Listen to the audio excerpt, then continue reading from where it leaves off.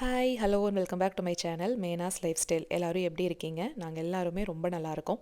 நம்ம சேனலில் சப்ஸ்கிரைப் பண்ணியிருக்க சப்ஸ்கிரைபர்ஸ் எல்லாத்துக்குமே என்னோட மனமார்ந்த நன்றிகள். இப்போ தான் என்னோட வீடியோவை நீங்கள் ஃபஸ்ட் டைம் பார்க்குறீங்கன்னா இந்த வீடியோ ஃபுல்லாக பார்த்துட்டு பிடிச்சிருந்துச்சு அப்படின்னா மட்டுமே சப்ஸ்கிரைப் பண்ணுறதுக்கு கன்சிடர் பண்ணுங்கள். நானுமே இன்றைக்கி லாங் வீடியோ போஸ்ட் பண்ணுவேன் அப்படின்லாம் எக்ஸ்பெக்ட் பண்ணலை. அந்த 2 வாரம் தொடர்ந்து இந்தியன் vlogs போஸ்ட் பண்ணிக்கிட்டே இருந்தேன் பார்த்தீங்களா. அப்போ நானும் இங்கே கொஞ்சம் வீடியோஸ் எல்லாம் ரேண்டமாக எடுத்து வச்சுக்கிட்டே தான் இருந்தேன். ஒருவேளை ஏதாவது வீடியோஸ் அவங்க அனுப்புறதுக்கு டைம் ஆயிடுச்சு, இல்லை வேறு ஏதாவது ரீசன்னால் அந்த வீடியோ போஸ்ட் பண்ண முடியாமல் போயிடுச்சுன்னா பேக்கப்புக்கு நமக்கு வீடியோஸ் வேணும் அப்படிங்கிறதுக்காக தான் எடுத்திருந்தேன். சுகன்யான்னு ஒரு சிஸ்டர் நம்ம சப்ஸ்கிரைபர் தான், ரொம்ப நாளாக நம்ம சேனலை ஃபாலோ பண்ணிட்டு தான் இருக்காங்க. அவங்க இன்ஸ்டாவில் எனக்கு டிஎம் பண்ணிக்கிட்டே இருப்பாங்க. இந்த ஃபுட் ப்ராசஸரில் சப்பாத்தி மாவு நீங்கள் எப்படி செய்கிறீங்க, ஒரு டெடிக்கேட்டடாக வீடியோ தனியாக போடுங்க.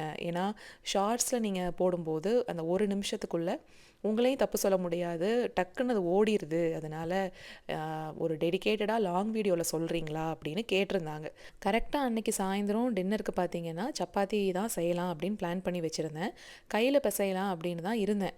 அப்புறம் அவங்க சொன்னது எனக்கு ஞாபகம் வரவும் ஃபுட் ப்ராசஸர்லேயே செஞ்சு நம்ம காமிச்சிடலாம் அப்படின்ட்டு அன்றைக்கி ஃபுட் ப்ராசஸரில் தான் செஞ்சேன். அங்கே பின்னாடி மாவுக்கும் ஊற வச்சுருந்தேன். ரொம்ப சிம்பிளான ஒரு டின்னர் ரொட்டீன் அப்படின்னு கூட வச்சுக்கலாம். சாயந்தரத்துக்கு மேலே எப்போவுமே பிஸியாக போகிற மாதிரி தான் இருக்கும். வாக்கிங் போயிட்டு வந்துட்டு மற்ற வேலையெல்லாம் நான் பார்த்துக்கிட்டு இருப்பேன். அவரோட ஆஃபீஸ் ஒர்க் முடிச்சுட்டு அவர் வாக்கிங் கிளம்பிடுவார். அது வெளியில் அவர் போயிட்டாரு, அவர் வீட்டுக்குள்ளே இல்லை அப்படின்னாவே பசங்க கண்ட்ரோல் இல்லாமல் சுற்றிக்கிட்டு இருப்பானுங்க. டிஷ்வாஷர் பற்றி கூட ஒரு சிலர் கேட்டிருந்தீங்க. ஏன்னா இந்தியாவில் இப்போ இதுவுமே ரொம்ப காமன் ஆயிடுச்சு இல்லைங்களா. நிறைய பேர் யூஸ் பண்ணிக்கிட்டு தான் இருக்காங்க. இது லோடு எப்படி ஹோல்டு பண்ணுது அப்படின்லாம் கேட்டிருந்தீங்க. இப்போ காலையில் மதியம் அந்த 2 நேரம் நான் யூஸ் பண்ணுற பாத்திரம் எல்லாத்தையுமே மதியம் சாப்பிட்டதுக்கப்புறமா ஒரு லோடு போட்டு விட்டுருவேன். அதுக்கப்புறம் பார்த்தீங்கன்னா சாயந்தரம் டீ எல்லாம் சாப்பிட்ருப்போம் இல்லைங்களா, அந்த டைமுக்கு கரெக்டாக அது ஓடி முடியும். அது எல்லாத்தையும் வெளியில் எடுத்துட்டு திரும்பவும் நான் நைட்டுக்கு என்ன போடணுமோ அதெல்லாம் இப்போ இருந்தே போட ஆரம்பிச்சிடுவேன். கைக்கு சேர சேர லோட் பண்ணிட்டோம் அப்படின்னா டின்னர் முடித்த உடனே நமக்கு பெருசாக வேலை இருக்காது. இல்லைன்னா மொத்தமாக சிங்கில் இருந்து அதெல்லாம் கழுவும் போது தான் நமக்கு அப்படியே ஒரு மாதிரி கடியாக இருக்கும். இங்கே ஃபுட் ப்ராசஸர் இருக்குது பார்த்தீங்களா, இதோட ஜாரு அந்த பார்ட்ஸ் எல்லாமே டிஷ்வாஷர் சேஃப் தான். ஆனால் நான் இது வரைக்கும் அதில் போட்டதே கிடையாது. உங்களுக்கு நான் காமிக்கிறேன். இது மாவு ரெடி ஆனதுக்கப்புறமா அந்த ஃபுட் ப்ராசஸர் ஜார் எப்படி இருக்குது அப்படின்னு. நம்ம ஈஸியாக கையிலேயே கழுவுற மாதிரி தான் இருக்கும். நம்மளோட இந்தியன் மிக்சர் ஜார், அதுக்கப்புறம் குக்கர், நைஃபு, கட்டிங் போர்டு, இந்த மாதிரி இருக்கிறதெல்லாம் எப்படியும் நம்ம கையில் தான் கழுவ முடியும். இப்போ கிரைண்டர் பின்னாடி ஓடிட்டுருக்கு அப்படின்னா கிரைண்டரும் நம்ம கையில் தான் கழுவணும். அதனால அது எல்லாத்தையுமே கையில் கழுவிடுவேன். மீதி இருக்கிற இந்த ஸ்டெயின்லெஸ் ஸ்டீல் பாத்திரம், பிளாஸ்டிக்லேயே டிஷ்வாஷர் சேஃபாக இருக்கிறது, ஸ்பூன்ஸு, ஸ்பேச்சுலா, இந்த மாதிரி இருக்கிறது எல்லாத்தையுமே நான் டிஷ்வாஷரில் போட்டு விட்டுருவேன். கப் மெஷர்மெண்ட்டுன்னு பார்த்தீங்கன்னா நான் 2 கப் ஃபுல்லாக கோதுமை மாவு எடுத்திருக்கேன். அந்த அளவு தான் நான் போட்டிருக்கேன். 1.5 டீஸ்பூன் அளவுக்கு உப்பு. ஒருவேளை நீங்கள் நெய் சேர்த்துக்குவீங்கன்னா 1 டீஸ்பூன் நெய் போட்டு முதல்ல கொஞ்சமாக ஆன் பண்ணிடுங்க. எல்லாமே கலந்து வந்துடும். அதுக்கப்புறமா தான் நம்ம தண்ணி கொஞ்சம் கொஞ்சமாக சேர்க்கணும். இது எவரெஸ்ட் பிராண்டு. இப்போ இது அவைலபிளாக இல்லை. நீங்கள் வேறு எந்த பிராண்டு வச்சுருந்தாலுமே இதே மெத்தட் தான். இதில் குறிப்பாக அந்த மாவெல்லாம் நீட் பண்ணுறதுக்குன்னு ஒரு பிளேட் இருக்கும் பிளாஸ்டிக்கில், அதுதான் நம்ம ஃபிக்ஸ் பண்ணணும். அதுக்கப்புறம் தண்ணி அளவுன்னு பார்த்தீங்கன்னா 160 ml கப்பு இப்போ நான் கையில் வச்சுருக்கிறது, அதில் ஒன்று ஃபுல்லாகவே நான் ஊற்றிடுவேன். மொத்தத்தையும் முதல்ல ஊற்றிடாதீங்க, கொஞ்சம் கொஞ்சமாக. நம்ம கையில் பிசையும் போது எப்படியோ அதே மாதிரி தான் கொஞ்சம் டைம் கொடுத்து அது எப்படி கலந்து வருதுன்னு பார்த்துட்டு கொஞ்சம் கொஞ்சமாக நீங்கள் ஊற்றிக்கோங்க. ஆஷிர்வாத் பிராண்டு மாவு தாங்க நான் யூஸ் பண்ணுறேன். எனக்கு தண்ணி எவ்வளோ தேவைப்பட்டிருக்கு அப்படின்னு உங்களுக்கு நான் காமிச்சிருக்கேன். 160 ml 1 கப் ஃபுல்லாகவே யூஸ் பண்ணியாச்சு. அடுத்து திரும்பவும் 1 கப் நான் எடுத்திருப்பேன் 160 ml. அதில் பார்த்தீங்கன்னா அதுவுமே ஃபுல்லாக முடிஞ்சிடும். கடைசியாக ஒரு 1/4 கப் தண்ணி நான் ஊற்றினேன். அவ்வளவுதான். ஒரு 2 டேபிள் ஸ்பூன் அளவுக்கு இருக்குன்னு வச்சுக்கோங்களேன். ஸோ 2 கப் ஃபுல்லாக ப்ளஸ் ஒரு 2 டேபிள் ஸ்பூன் அந்த அளவுக்கு தண்ணி தேவைப்பட்டிருக்கு இந்த மாவுக்கு. இது ஆஷிர்வாத் பிராண்டு. நீங்கள் வேறு எந்த பிராண்ட் எடுக்கிறீங்களோ அதுக்கு தகுந்த மாதிரி அந்த தண்ணி அளவு மட்டும் மாறுங்க. இல்லை நீங்கள் எப்படி தெரிஞ்சுக்கலான்னா, இந்த மாவெல்லாம் இப்போ பாருங்கள் கொஞ்சம் நேரத்தில் ஒன்றா கலந்து வரும். இதோ இந்த மாதிரி இருக்கும்போது இதுக்கு மேலே தண்ணி நீங்கள் ஊற்றிடாதீங்க. கொஞ்சம் நேரம் அப்படியே ஆன்லேயே விட்டுருங்க. அது நல்லா நீட் பண்ணிக்கிட்டே இருக்கும். செம்ம சாஃப்டாக உங்களுக்கு கிடைக்கும். அதே சமயத்தில் ரொம்ப கொலன்லாம் இருக்காது. நல்லா உங்களுக்கு ஸ்டிஃபாகவும் இருக்கும், அதே சமயத்தில் நல்லா சாஃப்டாகவும் கிடைக்கும். இந்த மாதிரி இருக்கும்போது உங்களுக்கு நல்லா வரும் அந்த சப்பாத்தி.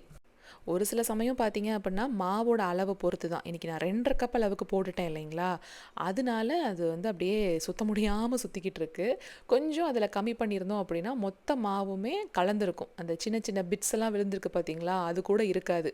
நான் இன்றைக்கி மாவோட அளவு கொஞ்சம் நிறையாவே போட்டுட்டேன். இப்போ உங்களுக்கு நான் எடுத்து காமிக்கிறேன் பாருங்க. கழுவுறதுக்கெல்லாம் வந்து பெரிய ரிஸ்க்கே கிடையாதுங்க. நானும் ஃபஸ்ட்டெல்லாம் அப்படி தான் நினைப்பேன். இந்த மாதிரியெல்லாம் அப்ளையன்ஸ் வாங்கினோன்னா அதுக்கு அதை கழுவுற நேரத்துக்கு நம்ம கையிலேயே பண்ணிட்டு போயிடலாம் அப்படிங்கிற மாதிரியெல்லாம் இருக்கும். ஆனால் ரொம்ப ஈஸி. இப்போ இந்த பக்கம் நான் போட்டு விட்டுட்டு நான் கிரைண்டர்லேயும் மாவு என்னாச்சுன்னு அப்பப்போ போய் பார்த்துட்டு தான் இருந்தேன்.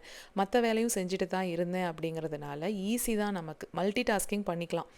காலையில் எந்திரிச்சு கூட இதை நம்ம பண்ணலாம். ஒரு கப் மட்டும் எடுத்து ஒரு பக்கம் போட்டு விட்டுட்டு நம்ம கிரேவிக்கு என்ன ரெடி பண்ணணுமோ அதை இன்னொரு பக்கம் ரெடி பண்ண ஆரம்பிச்சிடலாம்.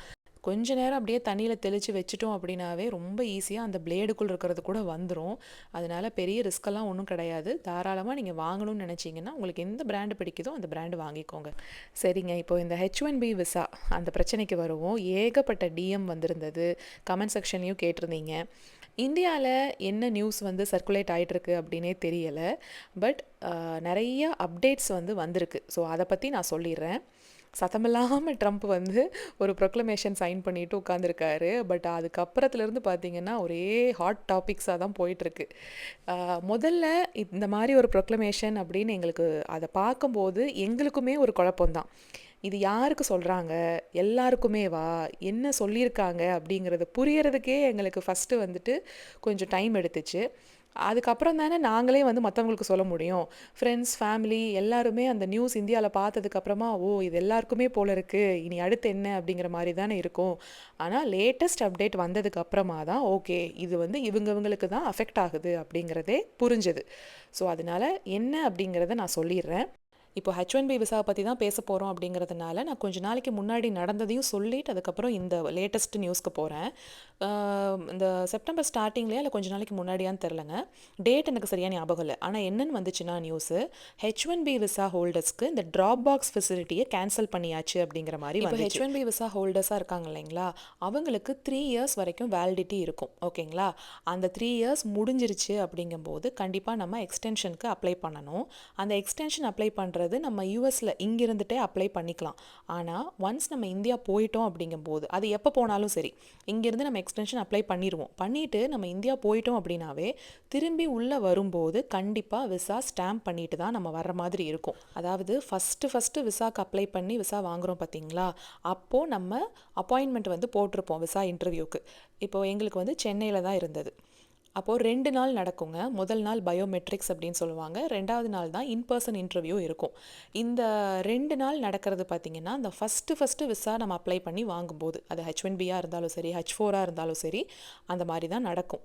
ஆனால் ஒன்ஸ் நம்ம வாங்கிட்டோம், அந்த 3 வருஷம் வேலிடிட்டி முடிஞ்சதுக்கப்புறமா நம்ம எக்ஸ்டெண்ட் பண்ணுறோம் அப்படிங்கிறப்போ நம்ம அந்த 2 நாளுமே போகணுங்கிற அவசியம் கிடையாது. ட்ராப் பாக்ஸ் அப்படிங்கிற ஃபெசிலிட்டி இருந்தது. அதாவது ஃபேமிலியிலேருந்து யாராவது ஒருத்தர் போயிட்டு பாஸ்போர்ட்டெல்லாம் ட்ராப் பண்ணிவிட்டு வந்துடலாம்.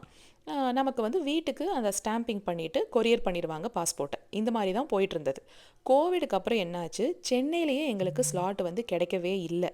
ஸோ இந்த மாதிரி நமக்கு பிடிச்ச லொக்கேஷனில் கிடைக்கல அப்படிங்கிறப்ப அதுவாகவே ஒரு லொக்கேஷன் வந்து நமக்கு கொடுக்கும். இல்லைன்னா நம்ம சாய்ஸ் தாங்க. ஸ்லாட் நிறையா இருக்கும்போது சென்னைனா சென்னைக்கே தான் போகணும் அப்படின்னு கிடையாது. ஸோ அதுக்கு தான் நான் சொல்ல வரேன். டெல்லியில் இருந்ததுன்னா டெல்லிக்கு போட்டுக்கலாம், மும்பைனா மும்பை, கொல்கத்தா, ஹைதராபாத் அப்படின்னு சொல்லி நம்ம எந்த ஆஃபீஸ் வேணாலும் நம்ம சூஸ் பண்ணிக்கலாம். ஓகேங்களா, பட் ஸ்லாட் இல்லை அப்படிங்கிறப்ப அதுவே கொடுக்குற ஸ்லாட்டை தான் நம்ம சூஸ் பண்ணுற மாதிரி இருக்கும். இதுதான் நடந்துட்டு இருந்ததா. இப்போ என்ன பண்ணிட்டாங்க, அந்த மாதிரி ட்ராப் பாக்ஸ் வந்துட்டு நீங்கள் பண்ண முடியாது. நீங்கள் என்ன பண்ணணும், இன்பர்சன் இன்டர்வியூ கண்டிப்பாக வரணும் அப்படின்னு அந்த ரூலை மாற்றிட்டாங்க. இப்போ நாங்கள் இந்தியா போகிறோம், நாங்கள் ஸ்டாம்பிங் பண்ணுறோம் அப்படின்னா அவர் மட்டும் போனால் பத்தாது, நான், முகில், என் வீட்டுக்காரர் 3 பேருமே போகணும். எழிலுக்கு அந்த பிரச்சனை கிடையாது. எழில் வந்து இங்கே யூஎஸில் பிறந்ததுனால அவன் யூஎஸ் சிட்டிசன். ஸோ எங்கள் 3 பேருக்கும் தான் இந்த ஸ்டாம்பிங்க்கு நாங்கள் இனி போயே ஆகணும் அப்படிங்கிற ஒரு கட்டாயம் வந்துருச்சு. ஸோ இப்போ என்ன, அந்த அந்த விஷயம் வரும்போதே அடடா அப்படிங்கிற மாதிரி தான் இருந்தது. ஏன்னா நம்ம இங்கேருந்து போன உடனேயே நம்ம அப்பாயின்மெண்ட் போட்டு அந்த விசா ஸ்டாம்பிங்க்கு எல்லாம் ரெடி பண்ணோம் அப்படின்னா தான் நம்ம ஊருக்கு திரும்பி வர்றதுக்குள்ளே அந்த ப்ராசஸ் எல்லாம் முடிஞ்சு நமக்கு பாஸ்போர்ட் வீட்டுக்கு வந்திருக்குமா.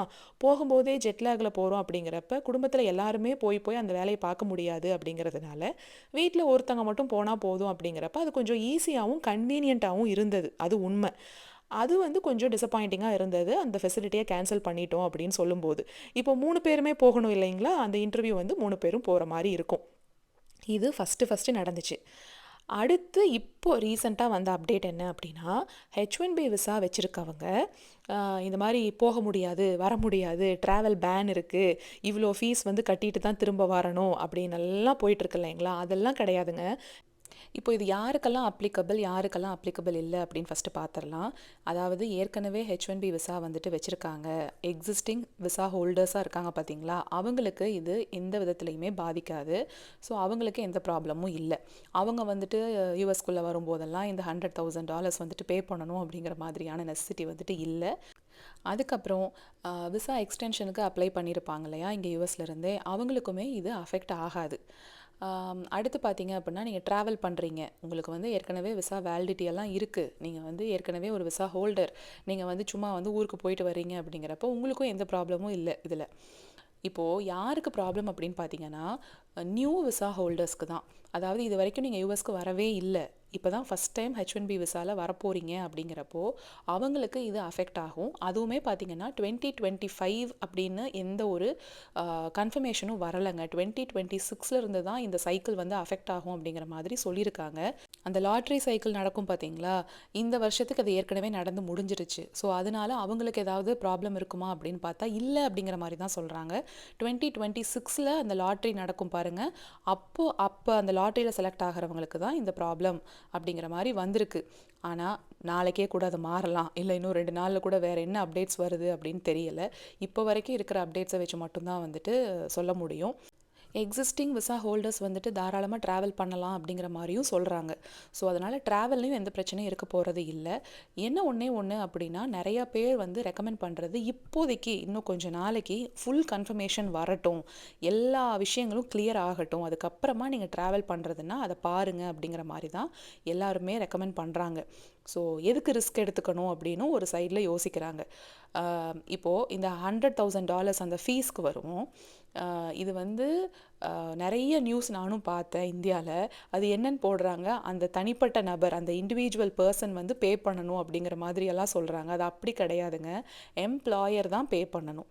இப்போது இங்கே இருக்கிற எம்ப்ளாயர் தான் இன்னொரு கண்ட்ரியில் இருந்து எனக்கு அந்த நபர் வந்து வேலைக்கு வேணும் அப்படின்னு சொல்லி ஹையர் பண்ணி கூட்டிகிட்டு வர்றாங்கல்ல, ஸோ அவங்க தான் ஸ்பான்சர் பண்ணுறாங்க அந்த விசாக்கு.